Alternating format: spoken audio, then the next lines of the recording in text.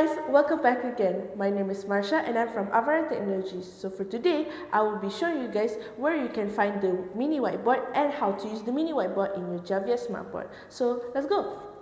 The first thing what you need to do is just use your fingers and swipe up. And there you go. This is the first mini whiteboard. The second mini whiteboard is also located at the other side of the Javiya Smartboard.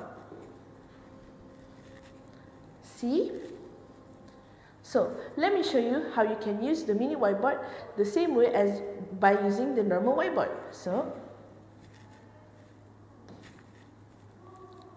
just click on the pen and you can also choose whatever colors that you want. For example, I choose blue. And you can write on it. You can also draw on it. Same as the normal whiteboard. You can also erase them. Also, when you're done using your mini whiteboard, you can also share them by using this via QR code. And after you're done by using the mini whiteboard, you can minimize it and you're done. That's all that you need to know about the mini whiteboard in your Javiya Smartboard. Bye!